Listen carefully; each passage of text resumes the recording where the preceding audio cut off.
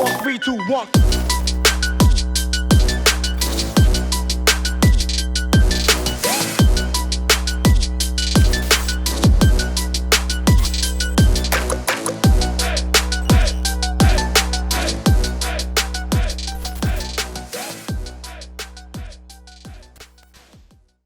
Some people trying to get the Axe, it's double the cost of a Blink Dagger, and you're losing a bit of a momentum. In this particular game, I like that Earthshaker is a core when you're paired up with the Morphling, so all your abilities, if Morphling decides to get Aghanim Scepter, which he should at one point, and then you will have all your spells maxed out, Double Fissure, Enchant Totem. It's very hard to play into that. Once it comes to this, like, you need to either have a significant advantage. He's got an eye patch. Oh, nicely done, Gary. That's something that I should say. You know, I was focusing on important stuff, but there were stuff that were more important. I apologize, but nice one, Gary. Sorry for stealing your line. Just a moment of realization. Hang on a second. Do you think he's gone through all the cosmetics to find out which heroes have eye patches? Wait, hang on a second. Does Nature's Prophet have an eye patch as well? I think he does. We should go back and check game 1 because I think Furion has an eye patch. Look, yeah. He does have an eye patch cosmetic. Maybe he was wearing that. He's gone through all the bloody heroes with eye patches. He's going to play them all. Reddit, Twitch chat, get on it. Go through all the cosmetics. Find out which heroes have eye patches. And that's going to be the meta. That's what OG are picking. What else can they get? They can no idea. Kunkka, right? Yeah, I guess so. Seb Kunkka's I think coming. Lycan has a cosmetic. You're right. With the eye patch. Lacoste has all the cosmetics open right now. He's not watching the game. He's looking for them. Not doing the same mistake again. I'm just, as I said, focusing on the important stuff. Absolutely vital that we get this information. Look, that Weaver there was trying to get a bit of information himself, trying to scout out up on that high ground if there was any vision placed down by OG early on, as you can wander into that tower range during the night time to see if there's any observer wards.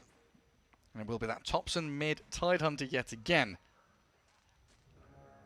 Interesting build by Nature's Prophet. This is something that Puppy would do 5-10 years ago. This was his best item, I would say. Buckler, just give them armor. Now it grants 2 armored units, which makes your Treant much more tankier.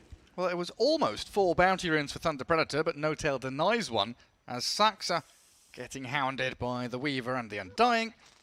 He's back behind his tier 1, but now a long walk back to lane and limited regen.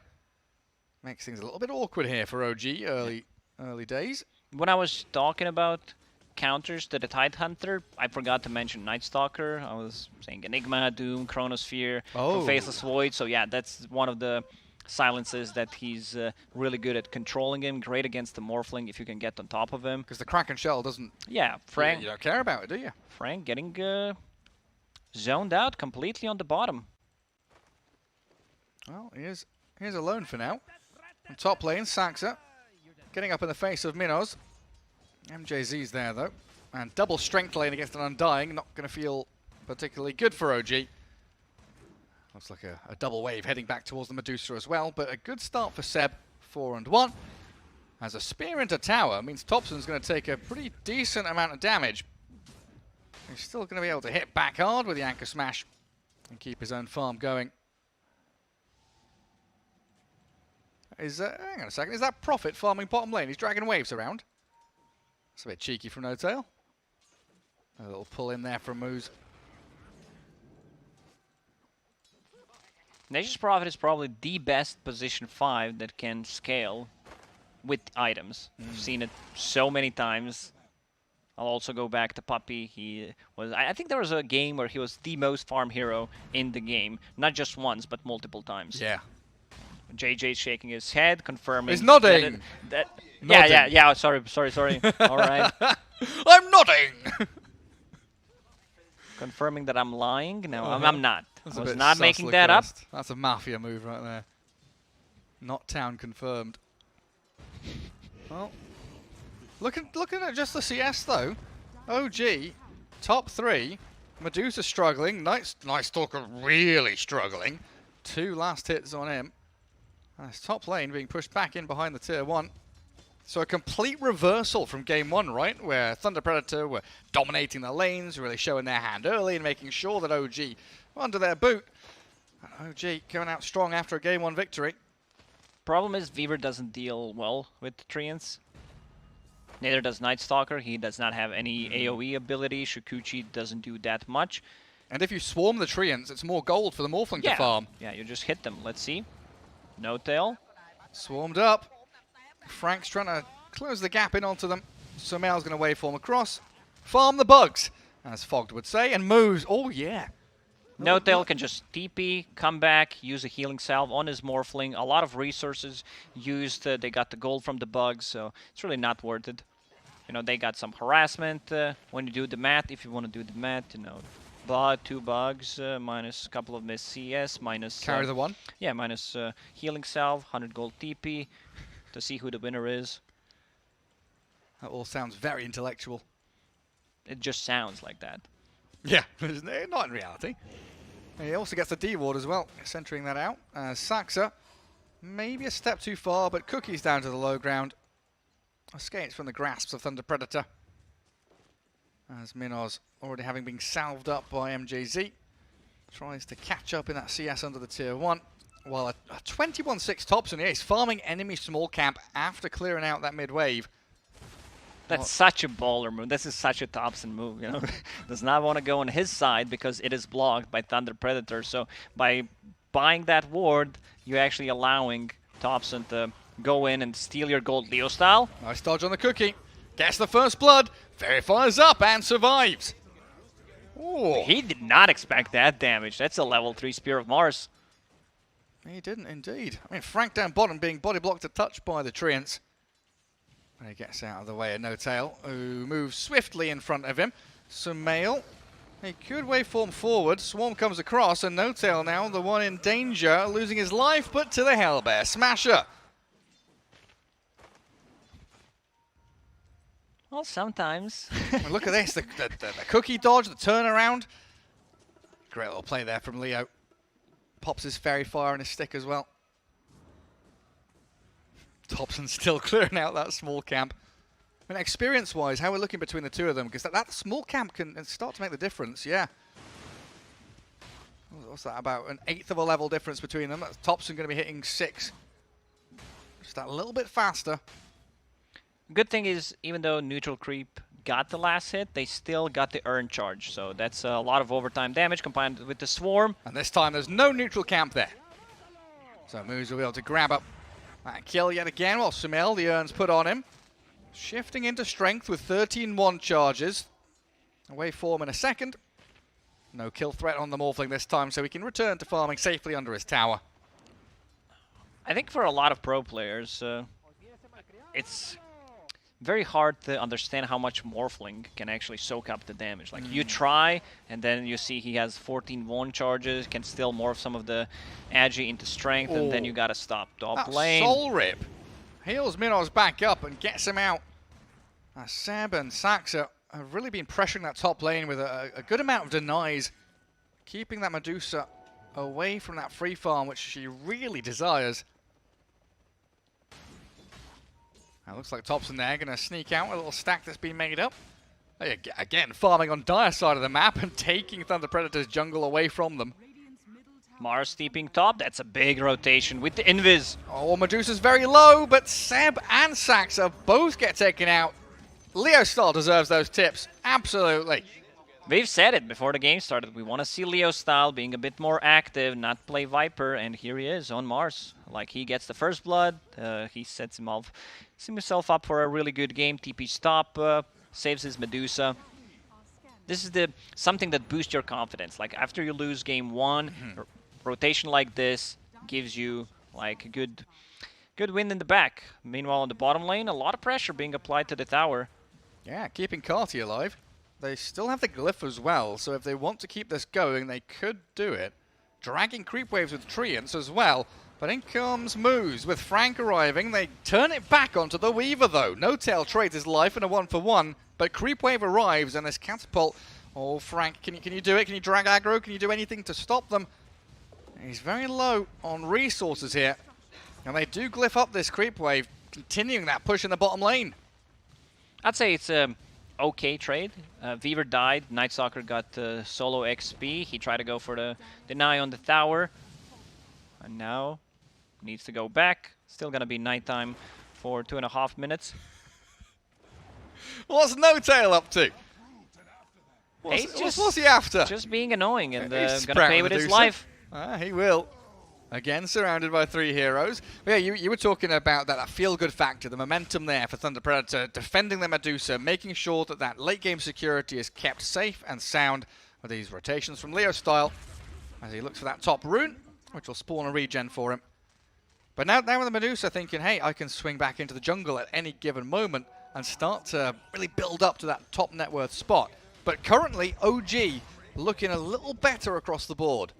They got only 1 kill, but they're using the resources better on the map. Even though No Tail died a couple of times, they still managed to kill bottom tier 1 tower. Not the most important tower in the game, something that we don't see that usual. Most of the time, it's the enemy safe lane tower that falls. Leo style, yet again, making himself known in the top lane. Seb with the bugs on him. Quick little Fisher, but no real way of escaping that, as in towards mid MJZ's being hunted by Thompson, who ravages the Undying. That high ground tombstone is well positioned, but Thompson shuts it down completely. Just wants to use it. I mean, it's free gold, free experience for him. I feel like both sides feel that there is value to him using Ravage. He's like, yeah, I used Ravage, I got a kill and some gold. While on the other side, they probably say, yo, guys, Ravage is off cooldown, on cooldown, so that we can take a fight. Mars, regeneration in the bottle. Let's see if he can get cancelled by a gush. Not this time. And yeah, on your point as well, right? Thompson has been leveling up this Ravage at like level 8 or 9 or so. He's been going, he went like 2-2-2 build in his first game as this mid-tide hunter. Holding on to that Ravage point until a little bit later. Neutral items popping up. Was that a possessed mask for the Morphling? Perfect grab for Sumail. Now he's holding Arcane Ring and has a Morbid Mask of his own. Oh, doesn't need the possessed mask then, does he? Thompson. No Ravage, and like you said, that means Thunder Predator kick it into 5th gear and try to angle towards him, but it's still a Tide Hunter. He's got Medallion, Soul Ring, 1 charges, and he's got the rest of his team to come into mid. Sumail waveforms forward aggressively, but with 21 charges of his own, there's not really much Thunder Predator can do to turn it back on him. So OG bring everyone and their mums into that mid lane. Frank, he's got to get away from this. He's getting tipped out by No Tail. They need Mars to have his arena. They also need him to have mana, because right now he has no spells available. Everyone grouped up around the mid lane. Seems like nothing is going to be done. No Tail TP stop. Tower half HP. Big timing is going to be Earthshaker picking up that Blink Dagger. Aftershock is maxed out. It's tough. It's really, really tough to get this kill, especially with Weaver. You have Tide Hunter who has 3 points in the Kraken shot, so that's pretty much tickle. And look at the Sumail. He goes in and even deals damage with the waveform on the Leo style. Frank tried to go in, but the rest of the team was not fight ready. Yeah, waving down to that low ground. Very ballsy by him. Saxa doesn't get stunned up by the spear. Stone Gaze used out by Minos, and they do kill off that Snapfire at last as Thompson, aiming towards the Tombstone, need to remove that structure from the fight as they move in with Sam, helped out by the Ravage, catching Medusa on the outskirts.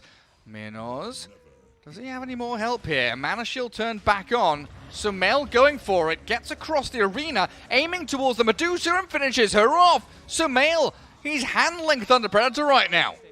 Thompson, 2 times in a row, using Ravage just to delete Undying. They also use Echo Slam to kill him there. A bit of an overkill, but it will give them the tower. It also gave him another kill on Medusa. Is he?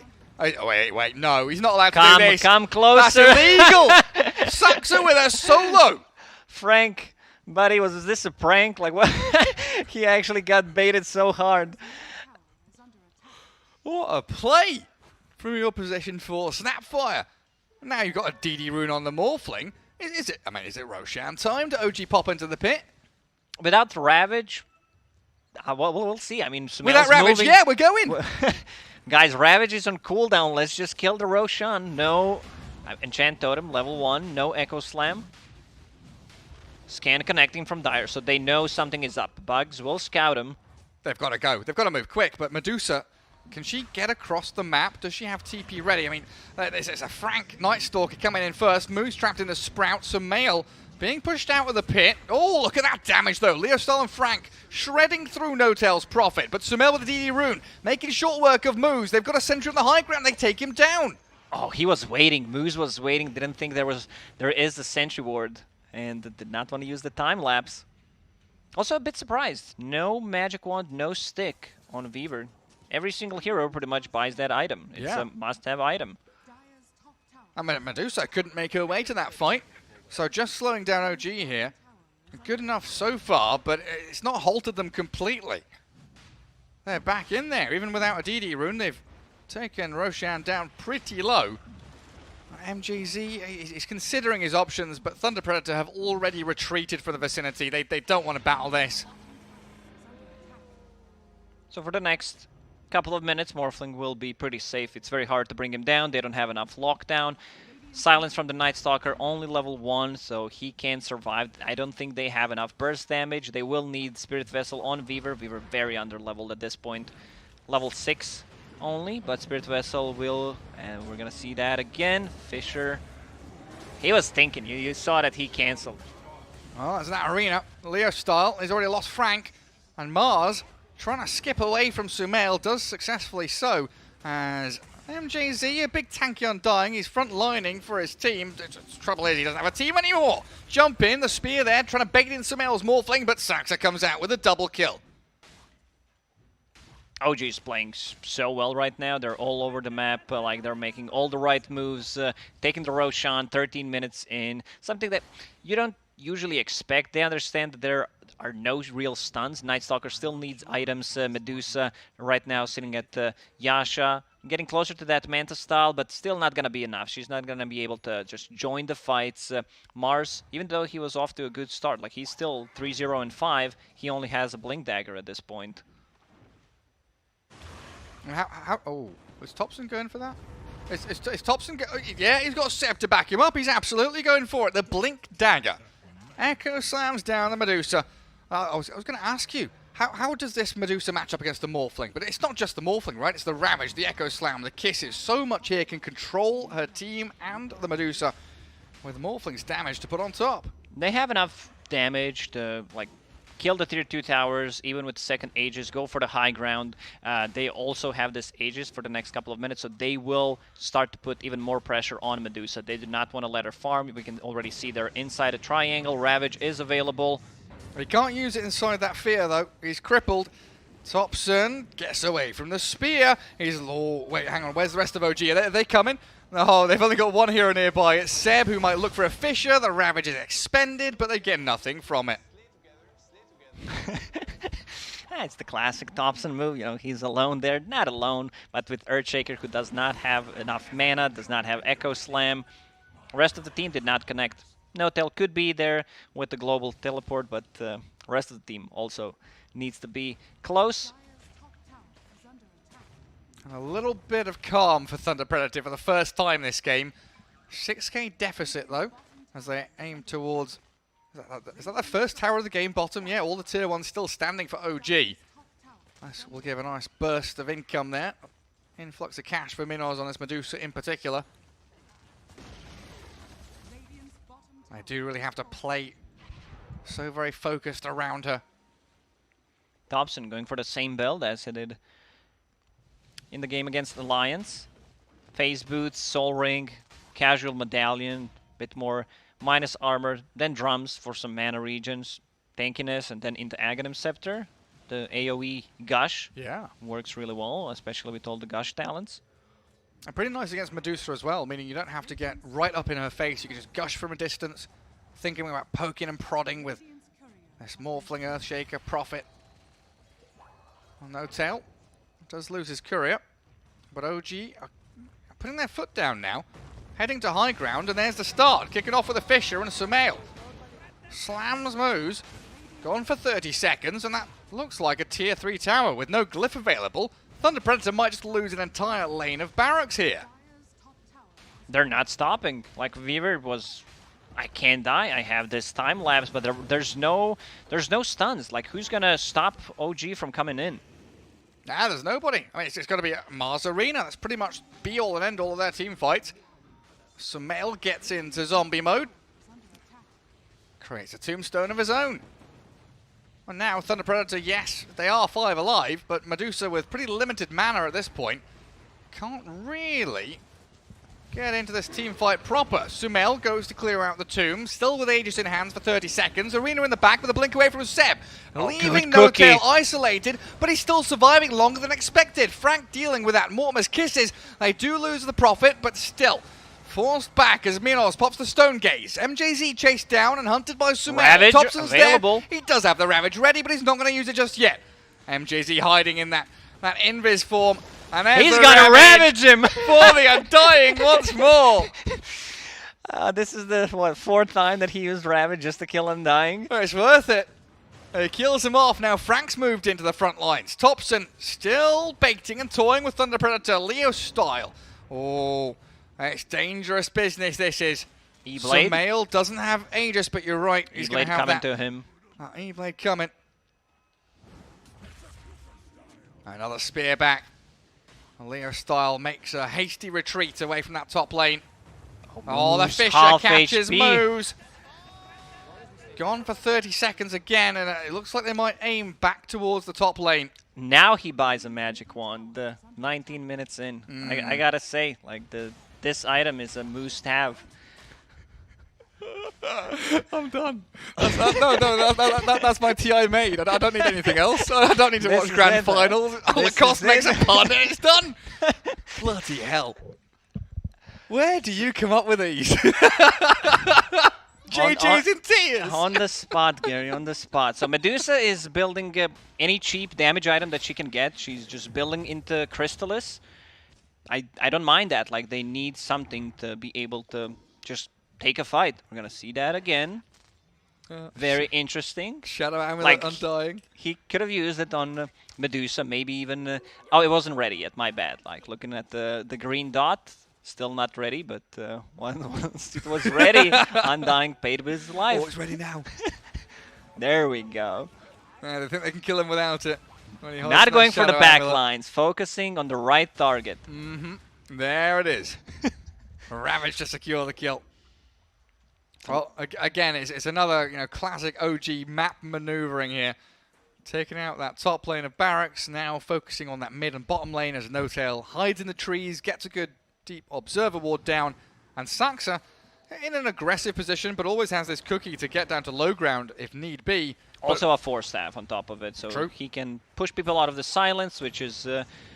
if they try to focus on Tidehunter Leo style. Saxa's trying to solo Leo style right now. E-Blade comes down in onto Frank, but Saxa does die.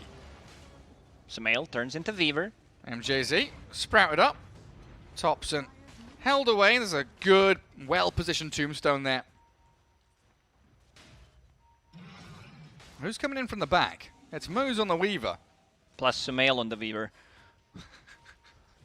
Weaver on Weaver, catching out No-Tail, but here's another Ravage in from Thompson. Saxa buys back for this and they kill the Weaver off. The real one, not the Sumail one, as Mortimer's kisses land in towards Minos. TP forced out, any stuns, any catch, nothing to cancel the TP. But Thunder Predator losing out their Mars and their Weaver. As long as we stay positive, we'll win. Roshan may respawn in 5 seconds. We'll see if it's going to be a long spawn. Aghanim's about to be completed on Thompson, so that's going to be even more slow, more minus armor. 45 seconds for Roche. And all lanes controlled by OG. Top shoved in. Mid lane has forced the glyph. They're going to have 3 Aghanim Scepters done pretty soon. In the previous game, they went, like their big timing was 3 BKBs. This time around, 3 Ags. Once that Aghanims is done on Morphling, we're going to see the good old school combo with the Earthshaker. Double Fisher, double Enchant Totem. And this is also the second Roche, which will drop the shard, so gonna work even better with the Fisher. I don't know about you, but usually when I see a Medusa draft, I feel like, okay, 20, 25 minutes in, she's going to be able to walk down a lane somewhere, have the team behind her. You're talking about Medusa winning the game. Now at this point, Minor's not in a great spot to do that. Notel, he's out of there. Leo style, well, in a different way, he's also out. Back to Fountain he goes, 40 seconds without the Mars. And Moose dusted up here as No-Tail looks to try and clear the trees to catch a glimpse of the Weaver. They ping him out, knowing where he must be. Can they kill him, though? There's a long-range gush. Saxa, ooh, tries the cookie. And Moose toying with him at this point. Still has the time-lapse if he wants to use it. There. Trying to buy time. I think at this point, this is something that Moose must do. Even if it means him dying, needs to buy time for Medusa. But OG already making a move. Yes, straight onto MJZ. They do still have the Echo Slam, but like you mentioned, it's this Aghanim Scepter on Sumail, able to enchant Totem back and forth through the fight, as well as Seb dancing around. Good force down from Saxa to disengage as much as you can as the Morphling jumps in, straight towards the Crippling Fear. The Morphin's Kisses in the E-Blade, blow through Frank as Prophet buys back. No-Tail wants a bit of this action as well. They fished the Medusa, isolating Minos as Shaker caught inside that arena spear. Leo Style takes him down, but there is nothing that can handle Sumail at this point. Now Dobson comes. Ravage available. Medusa very low on mana, only 300. He's trying to walk it in. Moves with that time-lapse back. Still not going to be able to withstand the onslaught from OG. Sumail, you could feel that he was very careful in that fight. There's a Spirit Vessel charge on Weaver, so needs to be very careful. Can be blown up, especially if Night Stalker gets on top of him. The Silence, now building into Satanic. I mean, you either get Satanic for to be able to dispel and have Lifesteal, which is good, or you can get a BKB. Any of these two items are perfectly fine for this situation. Buyback was used by No-Tail in that fight. At that point, I don't think he cares too much about it. Wants to be able to go in. If he can bait like one of the big ultis, Medusa or Mars, it's really valuable. Yeah, it's absolutely worth it. And he's got his big boy trees as well. Roshan for OG here means that Sumail is just going to be able to so freely play these fights with the Enchant Totem jumping. Hand him over the Aegis. Shard in the pocket of Roshan as well. Who wants to shard this game? Yeah, you give it to Morph. Or not. Tidehunter steals it. Oh, the Anchor Smash upgrade. That's pretty good. And the immediate smoke after Roshan from OG. Oh, Frankie Frank. Oh, Frankie Frank. Oh, he's speedy. No-Tail. Sprouts up moves, but you're losing your top lane of Barracks, and I think OG, they're considering tier 4s. They're just walking into them. Attacking tier 4 towers. Yeah. Well, he's got that Anchor Smash upgrade, and he's got the Dragon Scale. So why not? Move straight in there. No-Tail's cutting wave bottom, so they'll be able to maneuver themselves down south if they want to continue this push. It's so much damage on the towers. Yeah. Especially with the Dragon Scale that you mentioned. You can't stop Topson. But OG wants to take it a little bit calmer for now. Just slow things down a little bit. Make sure that bottom wave does move in towards the bottom lane. And Thunder Predator. We talked about Desperation Smokes in the previous game. This could be it. Frank. Dark Ascension. Jump in towards the back lines. Gets a good curse out there as Leo style Mars Arena, but doesn't really catch anyone bar Seb. MGZ's already been taken down by Topson, and Sumail's come in. He's going to go for that the Echo. Morphling with the Echo Slam from Seb. Takes down 2. They do have a couple of buybacks, but Topson's ravaged the Medusa. Mortimer throws the Lava Kisses across towards Thunder Predator, and Medusa's down for 70 seconds. I would not be surprised if they just call it, even though they have Medusa in the team. They can actually end the game with the Anchor Smash and the Dragon Scale. They have enough damage. 2 Enchant Totems. That's like they can just end the game. Medusa, no buyback. She bought components for Scotty. Yeah, there's no coming back from this. Tier 4's dropping. They glyph it up. Delaying the inevitable here. I mean, Thunder Predator, what? Mars alive in 15 seconds? Thunder Predator, they try to go on Earthshaker, who is extremely tanky. His strength gain is high. You have Aghanim Scepter, manages to get out with the Enchant Totem, comes back into the camp and just Echo Slams 2 people. Even if they catch Earthshaker, I still believe at that point the game is just over, Gary. Yeah, GG's cool. They're going to clear up the throne, and just like that, OG continue their winning, their undefeated streak here at the International. Good start for OG. You can feel that they are in their TI form. So far, so good. They've shown kind of a style that they want to play. Get anything that can amplify your carry in this particular game.